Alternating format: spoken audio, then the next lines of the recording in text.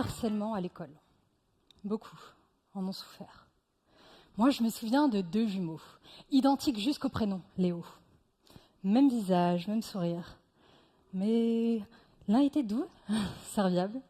L'autre, cruel, toujours prêt à blesser les autres. Un jour, un élève en pleurs accuse Léo, mais impossible de distinguer lequel. Alors la directrice punit les 2. Le gentil s'effondre sous l'injustice, le méchant ressort renforcé, encore plus en colère. En voulant régler le problème à l'aveugle, on l'a aggravé. Croyez-le ou non, mon sujet de thèse ressemble beaucoup à cette histoire.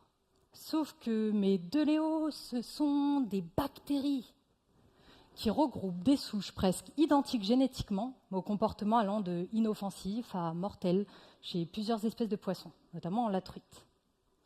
Alors quand une truite est infectée, on agit vite, en utilisant des antibiotiques. Résultat, les bactéries sensibles disparaissent, les rares résistantes survivent, se multiplient et deviennent dominantes. C'est ce qu'on appelle l'antibiorésistance.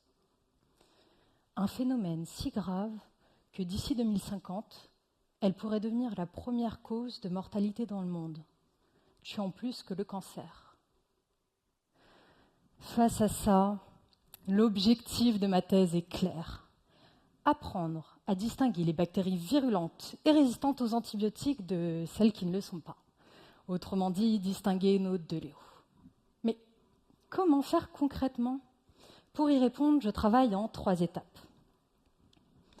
Première étape, on vérifie si nos 2 Léos sont vraiment identiques, en comparant leurs photos pixel par pixel. Chez moi, c'est-à-dire comparer leur ADN sur ordinateur. C'est ce qu'on appelle le in silico.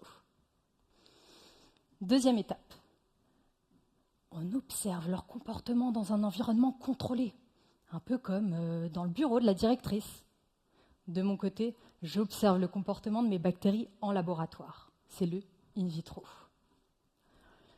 Troisième étape, on observe les interactions des 2 Léos avec leurs camarades, directement dans un cours de récréation.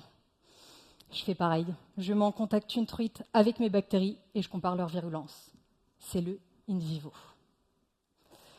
Le but est simple, agir juste.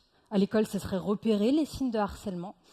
Pour l'aquaculture, ma thèse servira à repérer les signes de virulence pour limiter l'usage des antibiotiques. Parce qu'au fond, il ne s'agit pas seulement d'étudier des bactéries, il s'agit de comprendre comment naît la violence, comment elle grandit quand on la traite mal, et surtout, comment l'empêcher de se répandre. Lynn Seydan, bravo.